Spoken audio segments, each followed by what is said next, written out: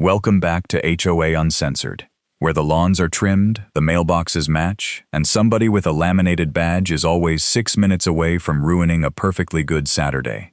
Today's story begins with an order to remove one ordinary cedar fence and ends with a 12-foot wall the HOA could not touch without introducing itself to 3 government departments and a very disappointed urban forester.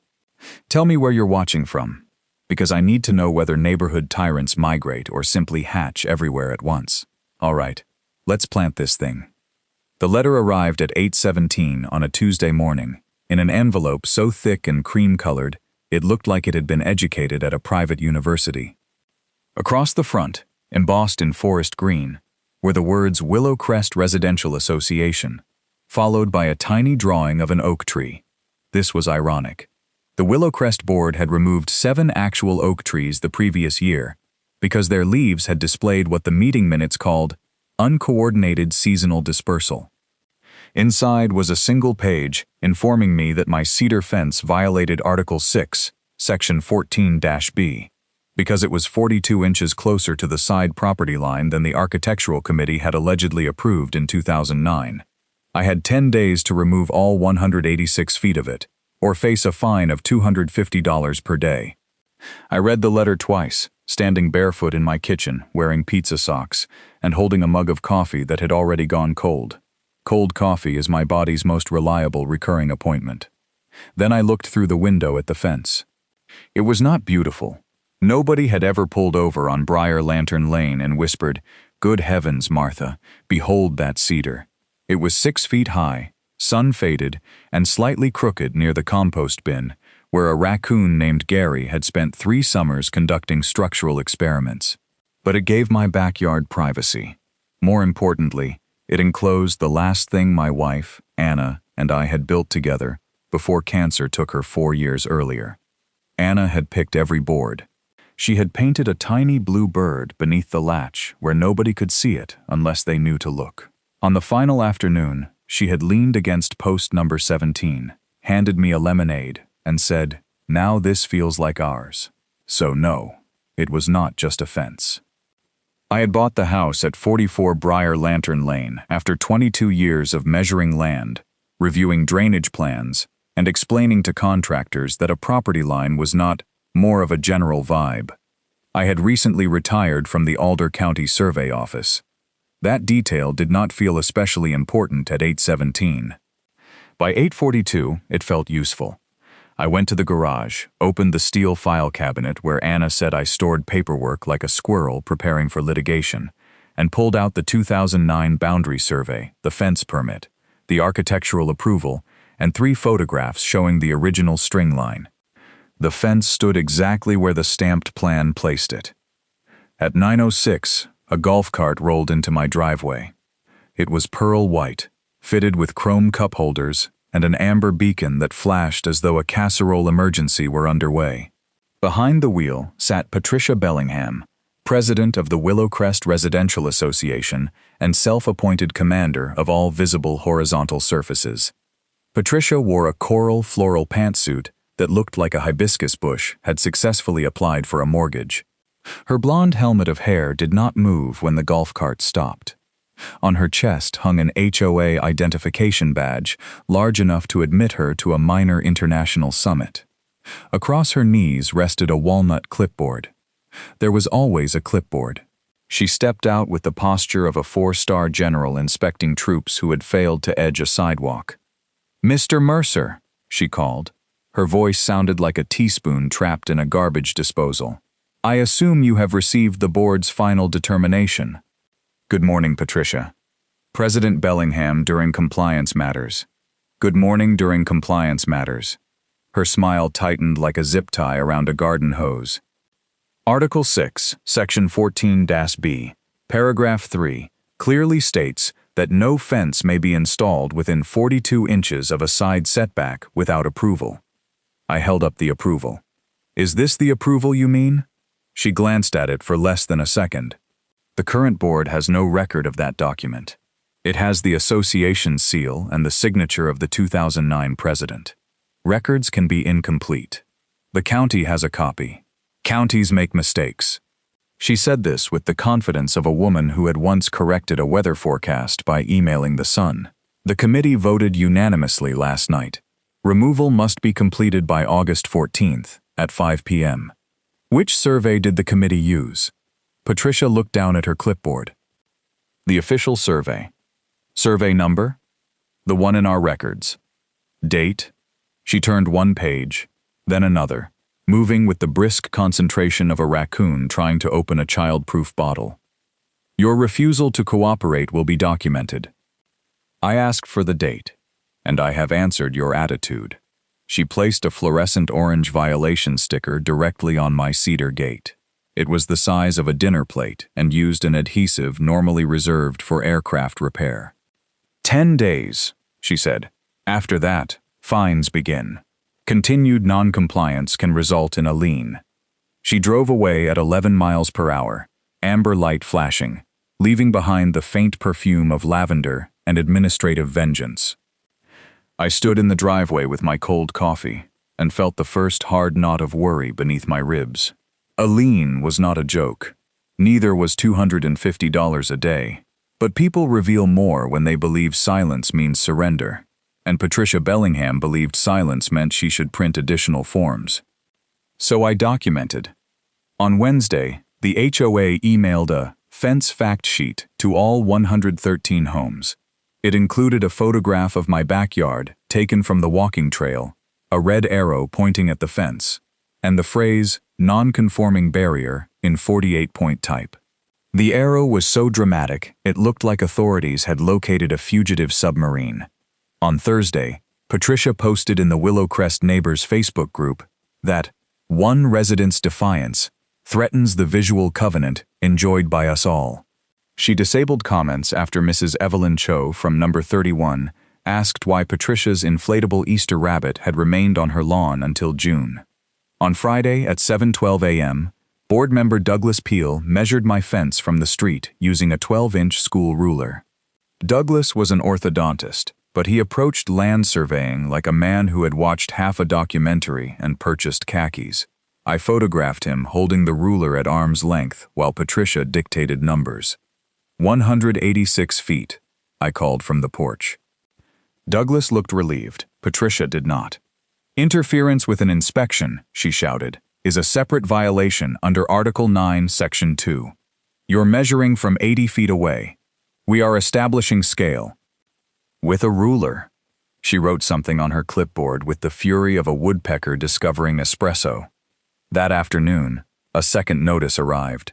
$175 for an unauthorized blue accent beneath the gate latch. I nearly lost my cool. The blue bird was 3 inches wide. Anna had painted it with a tiny brush while sitting cross-legged in the grass, her hair tied up in a red bandana. I stared at the notice until the letters blurred. Then I put both hands on the kitchen counter, counted backward from 10, and reheated my coffee. I forgot it in the microwave.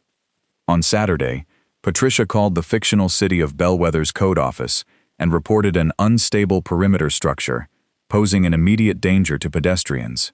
Inspector Luis Ortega arrived at 10:24 in a dented municipal sedan.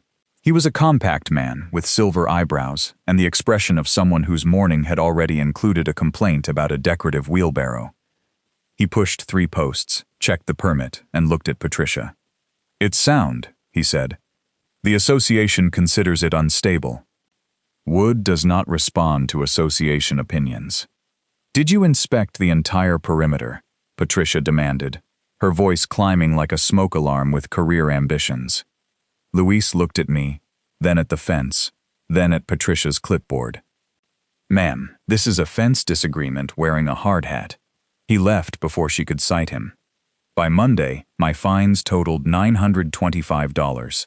The board's attorney sent a letter threatening all remedies available, printed in a font that looked designed to repossess a kidney.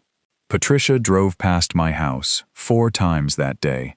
On the 5th pass, she slowed and photographed me taking out the recycling. I waved with an empty soup can. That evening, I spread every document across my dining table. The old approval was valid. The county permit was valid.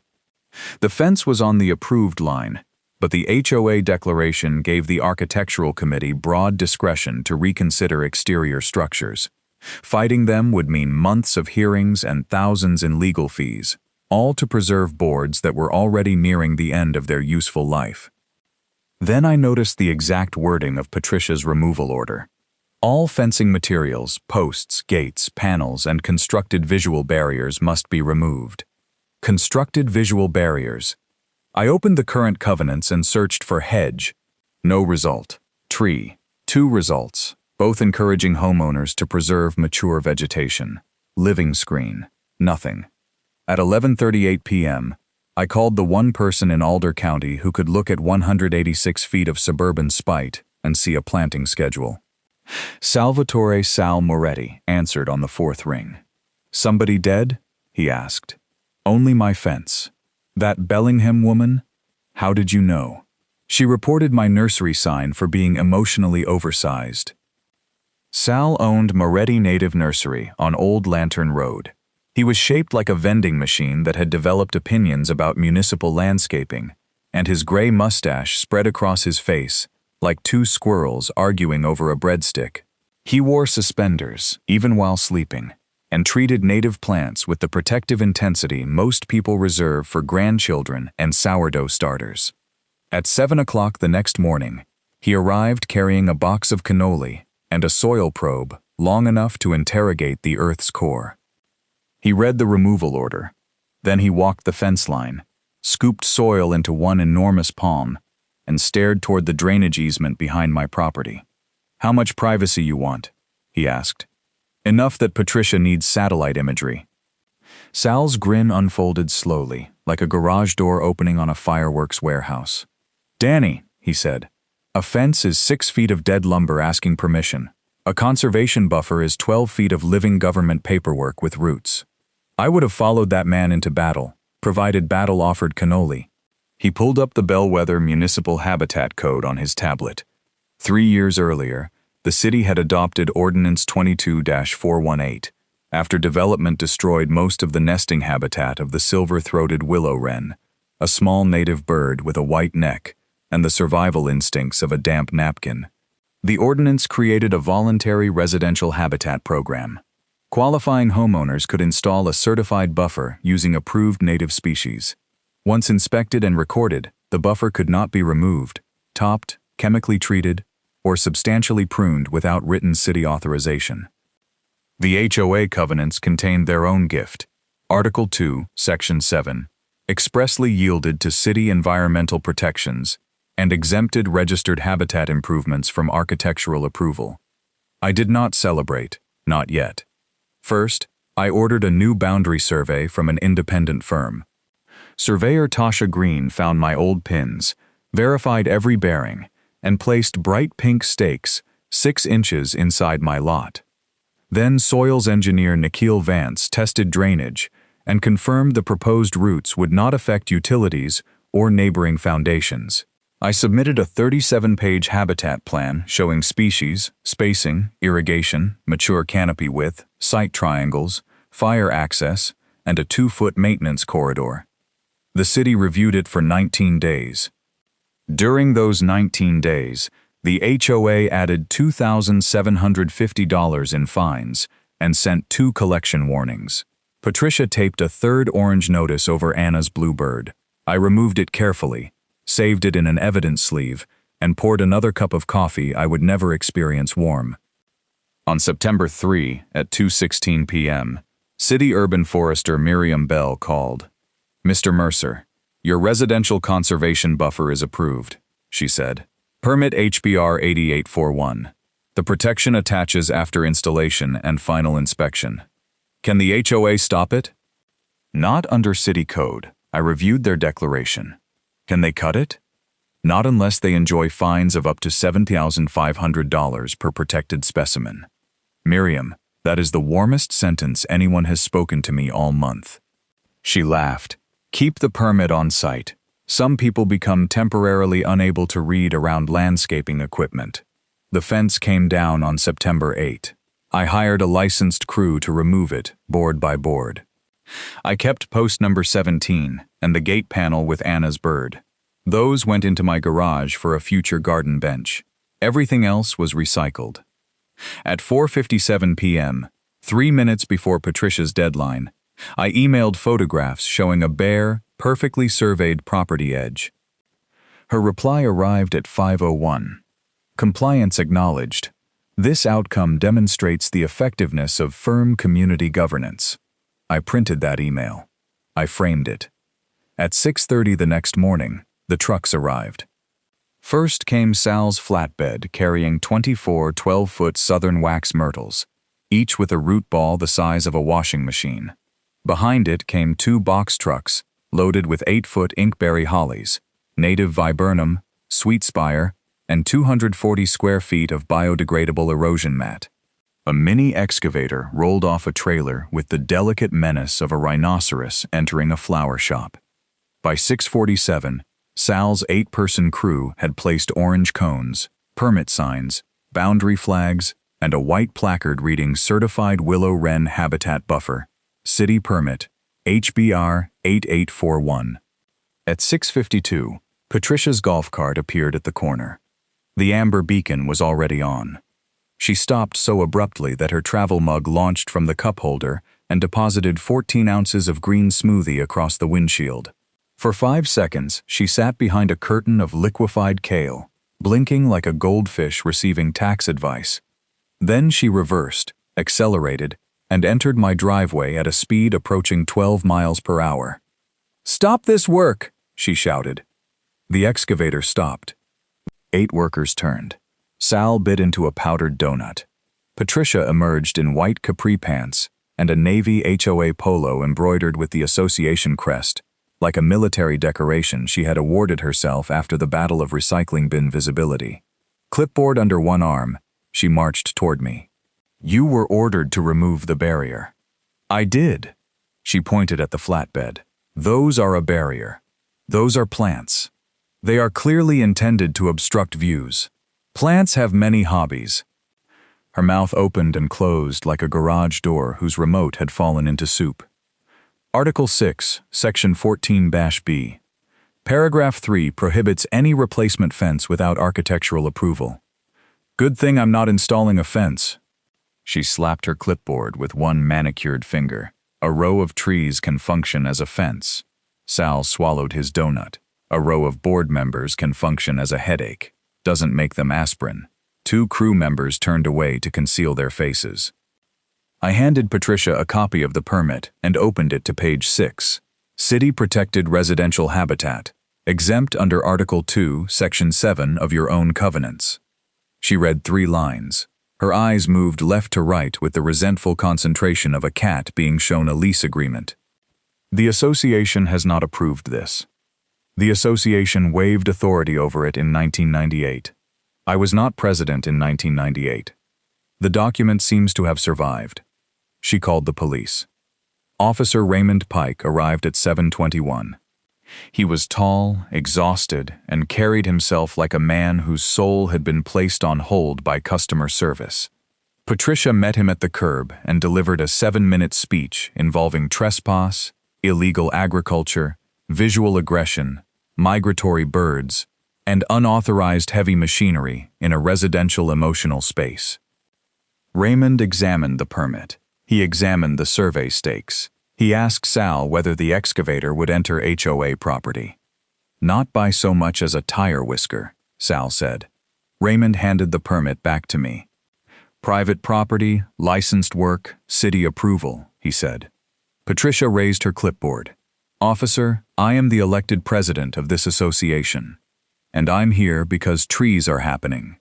He returned to his cruiser. The planting took 9 hours. Each wax myrtle stood 12 feet tall at installation, thick and feathery, with multiple trunks and glossy green leaves. Sal staggered them in 2 offset rows at 7-foot centers, then filled the lower gaps with holly and viburnum. By noon, the open edge of my backyard had become a dense living wall. It smelled of damp earth, cedar mulch, and the kind of victory that arrives on a flatbed truck. Neighbors gathered along the sidewalk. Evelyn Cho brought lemonade. 12-year-old Mason Fry counted the trees aloud and recalculated Patricia's potential fine exposure on his phone. Even Douglas Peel wandered over, hands in his sharply ironed khakis, and whispered, "They do look better than the fence." Patricia spent the day circling the block. Every pass was slower. Every photograph was angrier. Her golf cart moved like a shark, powered by neighborhood dues. At 4:41 p.m., Miriam Bell arrived for final inspection. She checked every species tag, measured the maintenance corridor, photographed the plantings, and attached 24 small aluminum markers to the wax myrtles. Each marker read, "Protected habitat vegetation, removal or major pruning prohibited." At 5:08, she signed the certificate. The wall was officially untouchable. I emailed the certificate to the board, its attorney, the management company, and Patricia. I also sent a courteous written warning. Entering my property or interfering with the protected buffer without city authorization would be documented and reported. Patricia replied at 5:19. The board does not recognize unilateral attempts to weaponize shrubbery. I printed that one too. For 6 days, nothing happened. I drank cold coffee on my patio behind 12 feet of legal greenery. Willow wrens had not yet arrived, but 3 sparrows, 1 cardinal, and Gary the raccoon inspected the work. The backyard felt private again. Not the same, but peaceful. Anna's bluebird waited safely in the garage. On the 7th morning, I heard engines. At 7:03, a commercial pruning truck stopped outside. Its door read, "Precision top and stump. If it grows, it goes." Behind it came Patricia's golf cart, then Douglas's SUV, then 2 other board members who looked like they had been promised a ribbon cutting and discovered a felony seminar. Patricia had called an emergency board meeting the previous night, with only herself and Douglas present. She had passed Resolution 19C, declared the trees a nuisance fence, and hired the pruning company for $4,800 from HOA funds. Her written instruction, later entered into evidence, was to reduce all vegetation to a covenant-compliant maximum of 6 feet before residents can organize resistance. She had created the order. She had signed it. She had emailed copies to 9 people. And now she was standing in my driveway, holding it above her head. "Mr. Mercer," she announced, her voice ringing like a leaf blower inside a cathedral. "The board has exercised its self-help authority under Article 11, Section 4. The nuisance will be corrected today. I was already recording from my porch. So were Evelyn, Mason, and 3 neighbors across the street. You've received the Protected Habitat Certificate," I said. "The board rejects it. The city doesn't require your acceptance. This is your final opportunity to cooperate. Patricia, do not enter my property. Do not touch those trees." She turned to the pruning crew. "Proceed."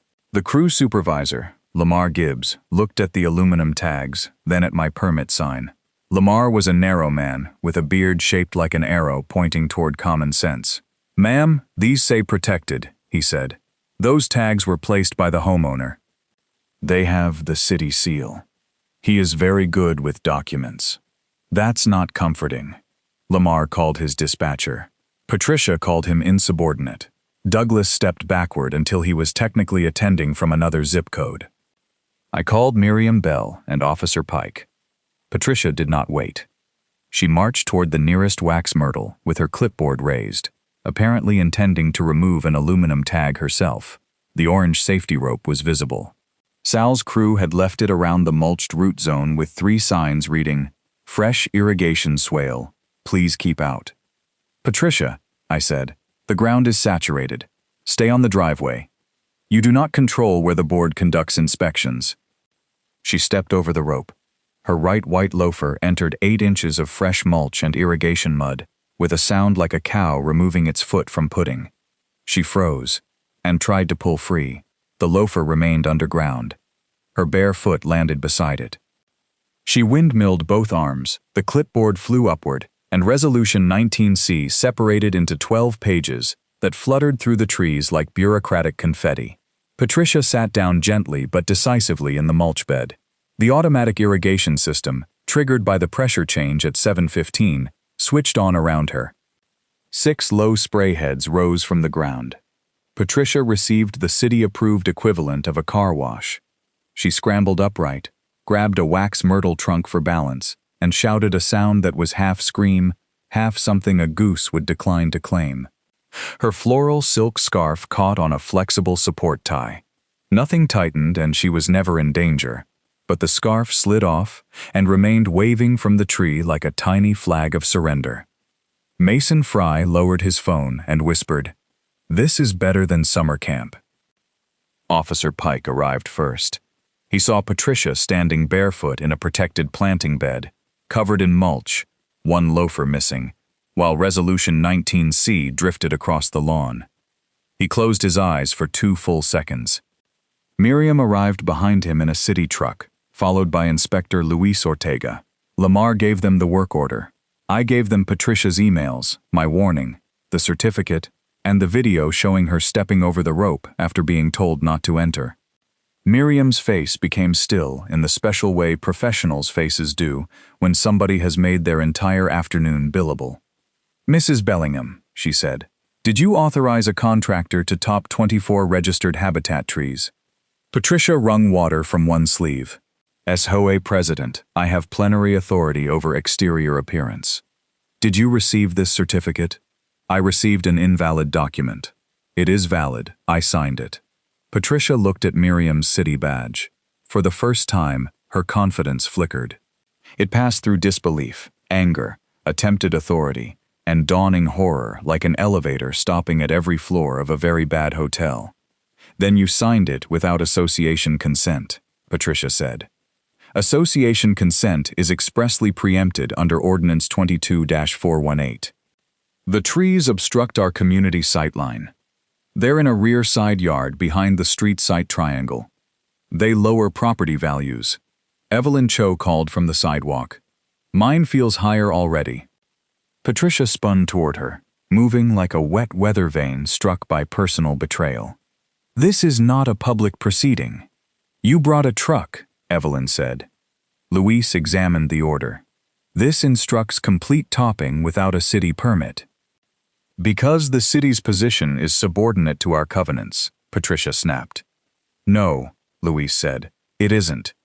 I signed that resolution under the full authority of my office, and I would sign it again." There it was. Clear, voluntary, and captured by at least 5 phones. Miriam issued an immediate stop work order, although Lamar cheerfully explained that he had never started. Luis wrote citations for attempted unauthorized interference with protected habitat and failure to observe the posted root zone restriction. Because no tree had been cut, the city did not assess the full $180,000 maximum. Instead, it issued a $12,500 administrative penalty against the association for contracting and mobilizing prohibited work, plus $1,200 for site disturbance. Officer Pike asked whether I wanted Patricia cited for trespass.